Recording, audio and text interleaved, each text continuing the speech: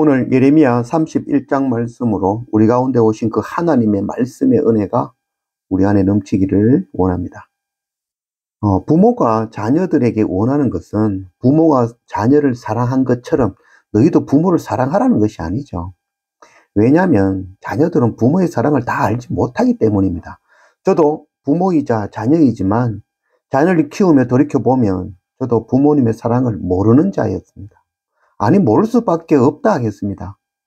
세상 어떤 자녀도 부모의 사랑을 다 아는 자녀는 없고, 또 어떤 것으로도 부모의 그 사랑을 갚을 수는 없죠.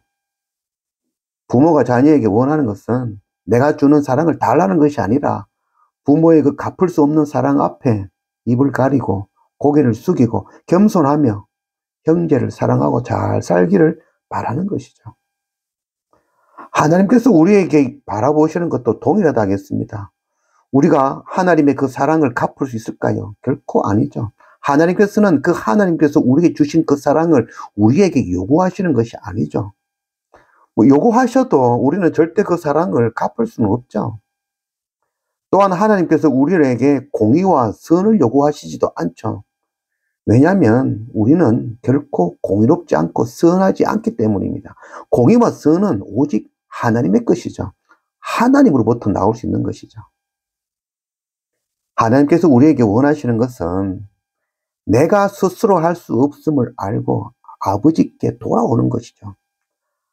아버지 하나님께서 탕자에게 원하시는 것은 가져간 그 돈을 갚아라는 것이 아니라 아버지께 돌아오기만 하면 된다는 것이죠. 그것 기다리시는 것이죠. 내가 지금 살아있는 것이 오직 하나님의 은혜라는 것 아는 것이죠. 내가 참 죄인임을 아는 것. 그래서 그 은혜와 긍휼 앞에 입을 가리고 엎드리며 낮아지고 겸손히 하나님을 구하는 것. 그것 하나님께서 원하시죠. 그리고 이 큰 은혜를 안다면 형제를 사랑하라라는 것이죠. 이것 깨닫기 위하여 이스라엘 백성들은 40년 광야를 돌았고 유대 백성들은 70년 바벨론의 종살이를 하였던 것이죠.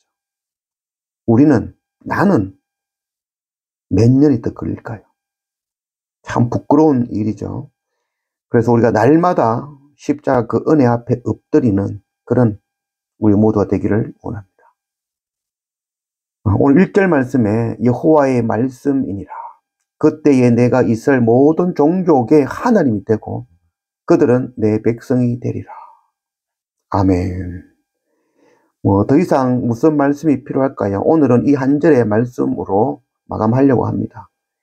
나의 하나님이 되어주시고 또 나의 하나님뿐만 아니라 이스라엘 종족뿐만 아니라 열방의 하나님 아버지가 되어주시겠다 하시는 이 하나님의 약속의 말씀, 하나님의 백성 삼아주겠다, 하나님의 자녀로 삼아주신다는 이 약속의 말씀, 이 약속의 말씀 하나면 전부가 아니겠습니까?